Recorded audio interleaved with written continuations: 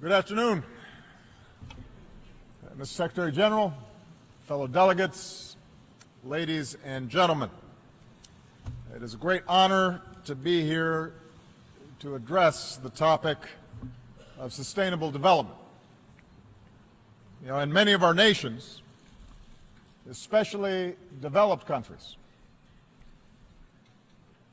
there is among our general population a genuine compassion towards those in need. There is a recognition of the grinding poverty that so many experience every day around the world. And yet sometimes it's said that our efforts to combat poverty and disease do not and cannot work, that there are some places beyond hope, that certain people and regions are condemned to an endless cycle of suffering. Here, today, we put those myths to rest. Today, we set aside the skepticism and we lift up the hope that is available to us through collective action. Because the world came together in an unprecedented effort, the global hunger rate has already been slashed. Tens of millions of more boys and girls are today in school. Prevention and treatment of measles and malaria and tuberculosis have saved nearly 60 million lives. HIV/AIDS infections and deaths have plummeted. And more than 1 billion people have lifted themselves up from extreme poverty. 1 billion. The entire world can take enormous pride in these historic achievements. And so let the skeptics and cynics know development works. Investing in public health works. We can break the cycle of poverty. People and nations can rise into prosperity. Despite the cruelties of our world and the ravages of disease, millions of lives can be saved if we are focused and if we work together. Cynicism is our enemy. A belief, a capacity in the dignity of every individual, and a recognition that we, each of us, can play a small part to play in lifting up people all around the world. That is the message that we're sending here today. And because of the work of so many who are assembled here today, we can point to past success, and yet we are also here today because we understand that our work is nowhere near done.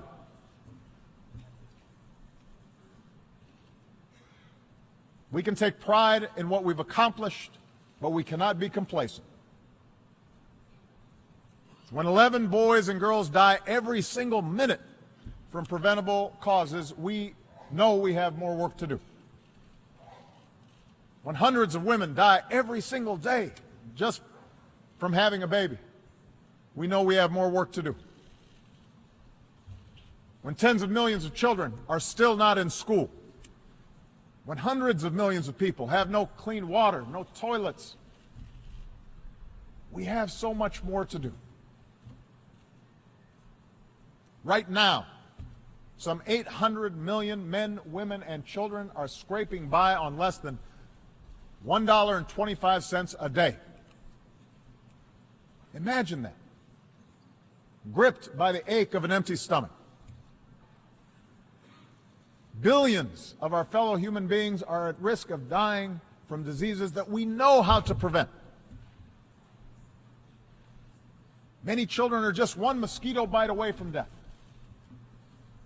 And that is a moral outrage. It is a profound injustice.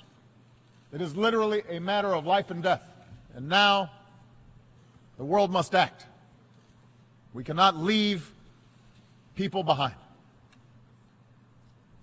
And so today we commit ourselves to new sustainable development goals including our goal of ending extreme poverty in our world. We do so understanding how difficult the task may be. We suffer no illusions of the challenges ahead. But we understand this is something that we must commit ourselves to. Because in doing so, we recognize that our most basic bond, our common humanity, compels us to act. An impoverished child in a distant slum or a neighborhood not that far from here is just as equal, just as worthy as any of our children, as any of us, as any head of government or leader in this great hall. We reaffirm that supporting development is not charity, but is instead one of the smartest investments we can make in our own future.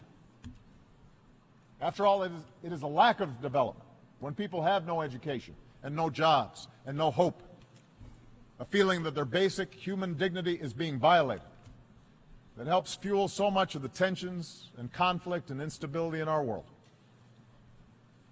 And I profoundly believe that many of the conflicts, the refugee crises, the military interventions over the years might have been avoided if nations had truly invested in the lives of their people, and if the wealthiest nations on earth were better partners in working with those that are trying to lift themselves up.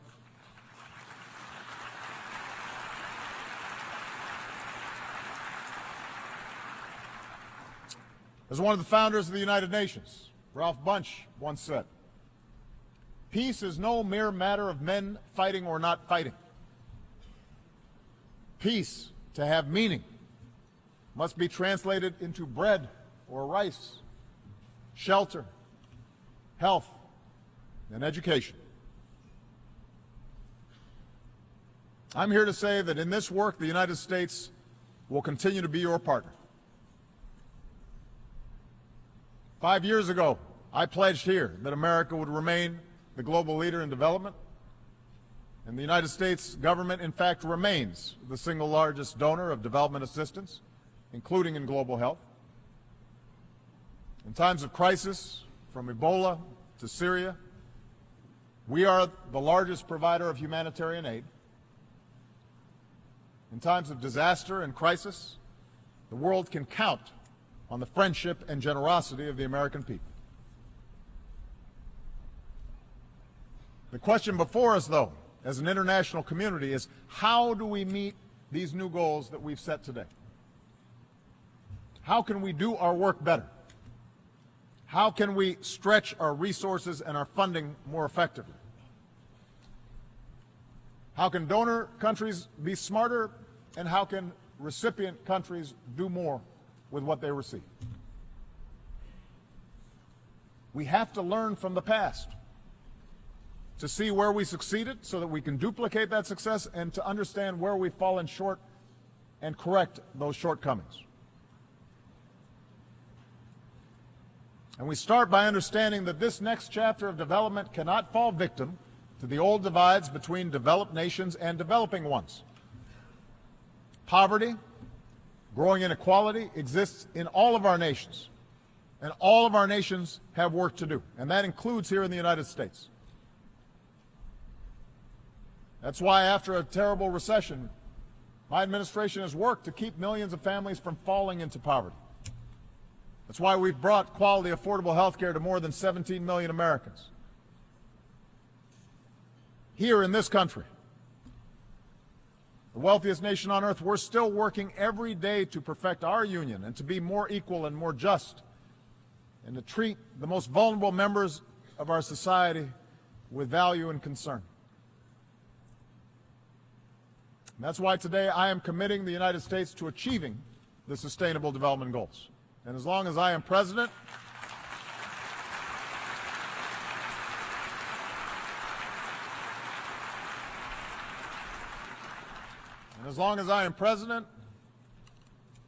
and well after I'm done being president, I will keep fighting for the education and housing and health care and jobs that reduce inequality and create opportunity here in the United States and around the world. Because this is not just the job of politicians. There's work for all of us. Now, this next chapter of development cannot just be about what governments spend. It has to harness the unprecedented resources of our interconnected world. In just a few short years, in the areas of health and food security and energy, my administration has committed and helped mobilize more than $100 billion to promote development and save lives, more than $100 billion. And guided by the new consensus we reached in Addis, I'm calling on others to join us. More governments, more institutions, more businesses, more philanthropies, more NGOs, more faith communities, more citizens. We all need to step up with the will and the resources and the coordination to achieve our goals. This must be the work of the world. At the same time, this next chapter of development must focus not simply on the dollars we spend, but on the results that we achieve. And this demands new technologies and approaches, accountability, data, behavioral science, understanding that there's lessons that we have learned, best practices on how people actually live so that we can dramatically improve outcomes. It means breaking cycles of dependence by helping people become more self-sufficient, not just giving people fish, but teaching them how to fish. That's the purpose of development. Rather than just sending food during famine, although we have to do that to avert starvation, we also have to bring new techniques and new seeds and new technologies to more farmers so they can boost their yields and increase their incomes, feed more people, and lift countless millions out of poverty. Rather than just respond to outbreaks like Ebola, although we have to do that, and we have, let's also strengthen public health systems and advance global health security to prevent epidemics in the first place. As more countries take ownership of their HIV/AIDS programs, the United States is setting two new bold goals. Over the next 2 years, we'll increase the number of people that our funding reaches so that nearly 13 million people with HIV/AIDS get life-saving treatment. And we'll invest $300 million to help achieve a 40% reduction in new HIV infections among young women and girls in the hardest hit areas of sub-Saharan Africa. And I believe we can do that. The first AIDS-free generation.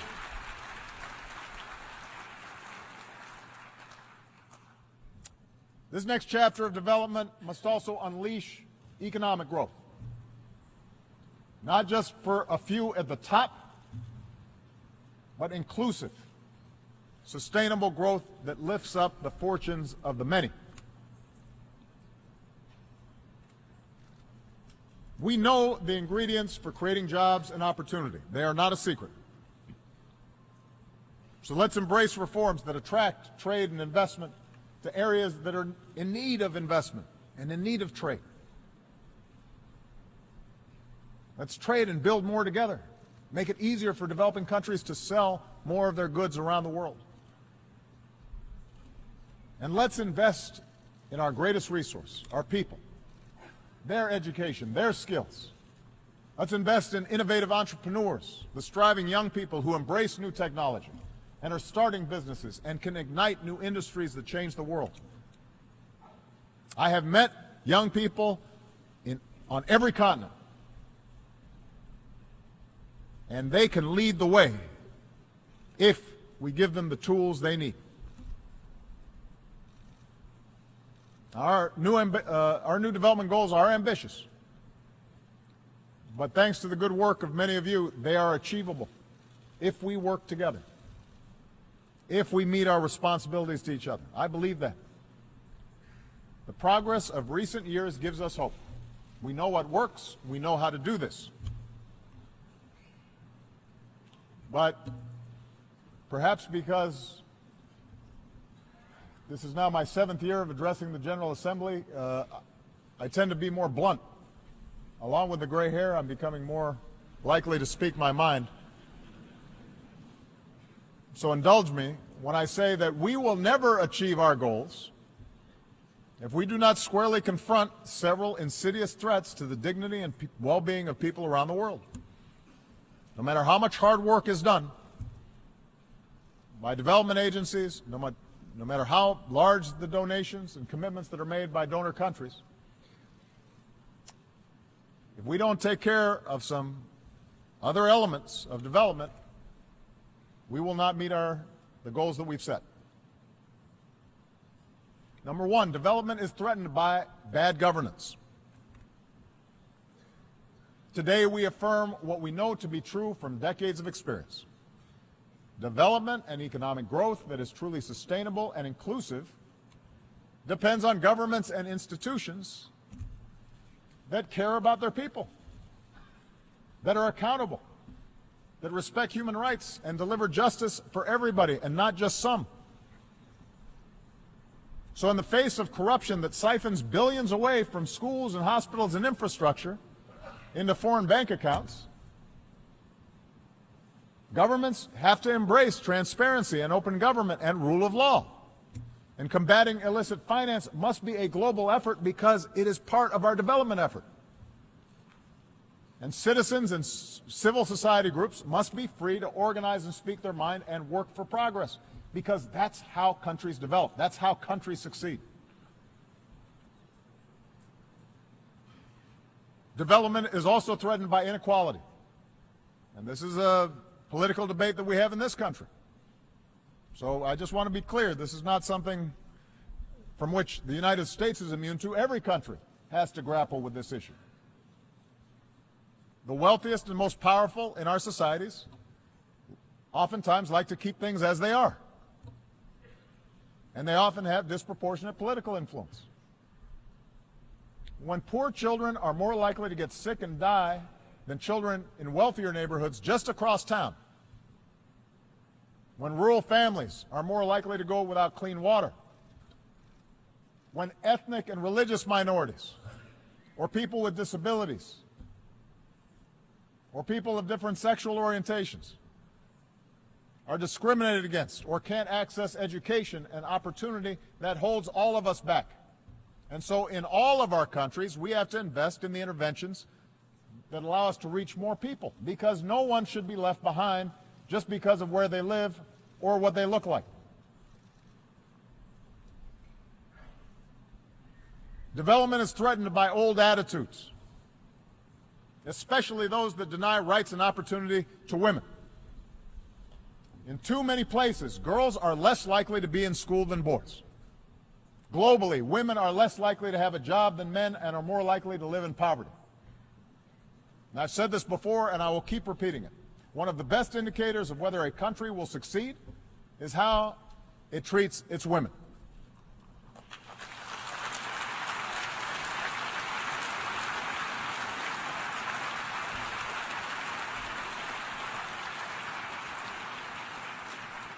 When women have an education, when women have a job, their children are more likely to get an education. Their families are healthier and more prosperous. Their communities and countries do better as well.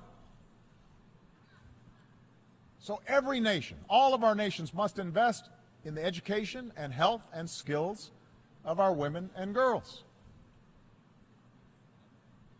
And I have to say, I do not have patience for the excuse of, well, we have our own ways of doing things. I understand.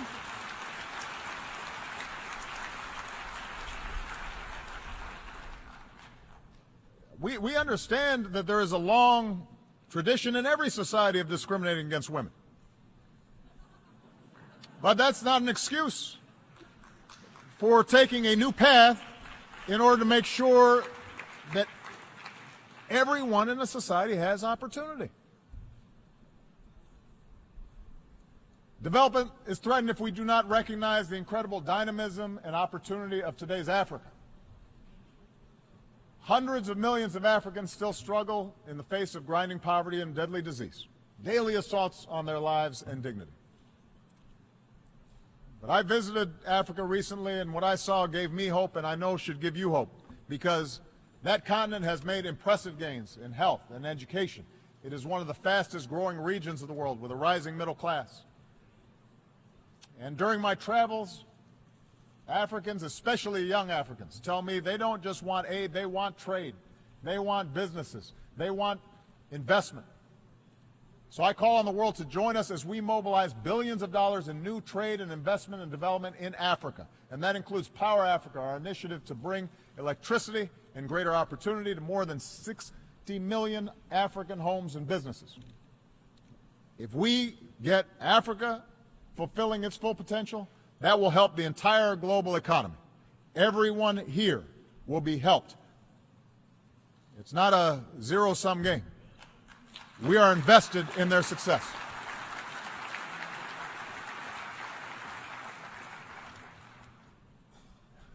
Development is threatened by war.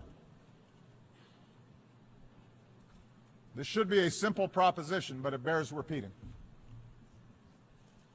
It is no coincidence that half of the people living in extreme poverty around the world live in places afflicted by chronic violence and conflict.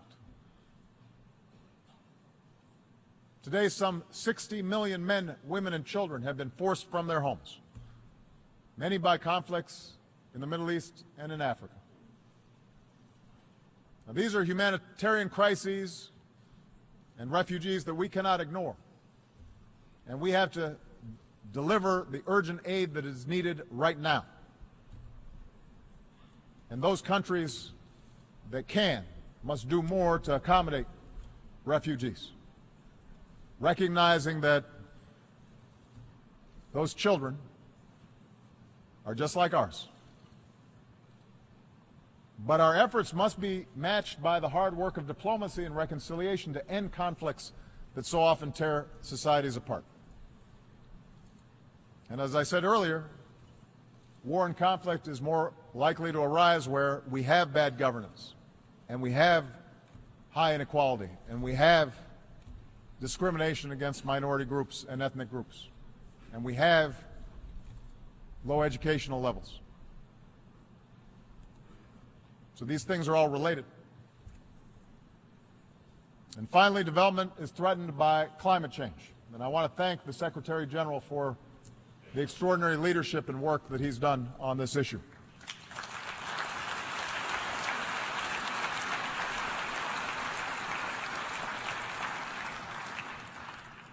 All of our countries will be affected by a changing climate. But the world's poorest people will bear the heaviest burden from rising seas and more intense droughts, shortages of water and food. We will be seeing climate change refugees. As His Holiness Pope Francis has rightly implored the world, this is a moral calling. In just 2 months, the world has an opportunity to unite around a strong global agreement. I saw President Hollande walk in a few moments ago. We are going to be converging in Paris. With his leadership and the leadership of every world leader, we need to establish the tools and financing to help developing nations embrace clean energy, adapt to climate change, and ensure that there's not a false choice between economic development and the best practices that can save our planet. We can do the same at the same time, and the communities and lives of billions of people depend on the work that we do.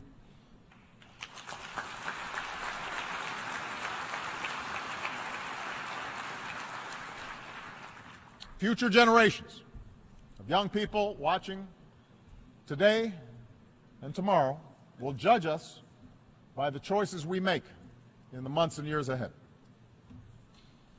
And one of those young people is Eva Tulage. Now, Eva lives in a village in Tanzania. She's 15 years old, and she wrote me a letter. Some of you know I get 10 letters a day, mostly from inside the United States, but sometimes international letters. I get 40,000 a day, but I read 10.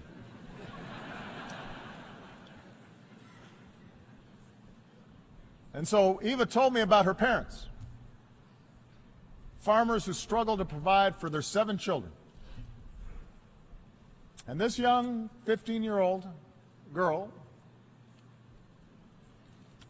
a girl the age of my daughters,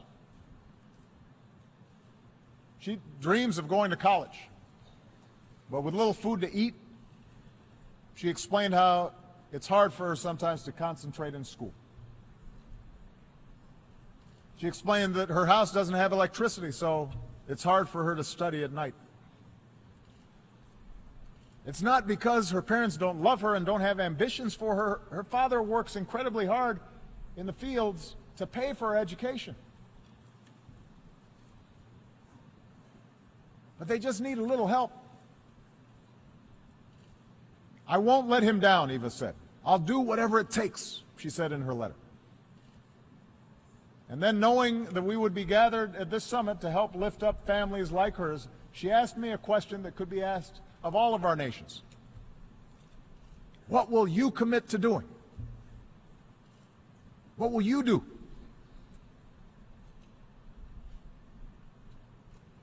And there are billions of boys and girls just like Eva.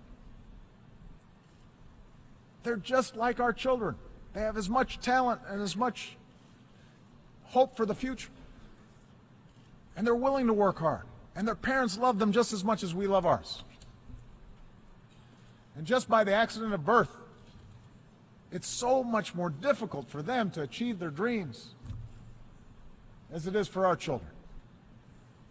But in the eyes of God, they are the same children. They're just as important. And for Eva and all those just trying to survive another day in conditions that many of us can barely imagine, it can sometimes seem as if the world is blind to their struggles and their dreams.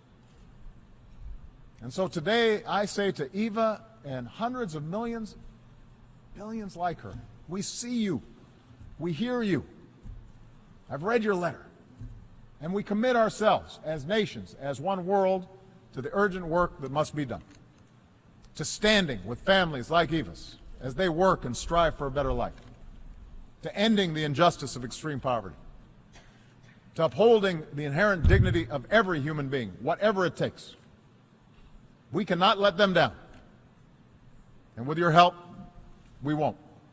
Thank you very much.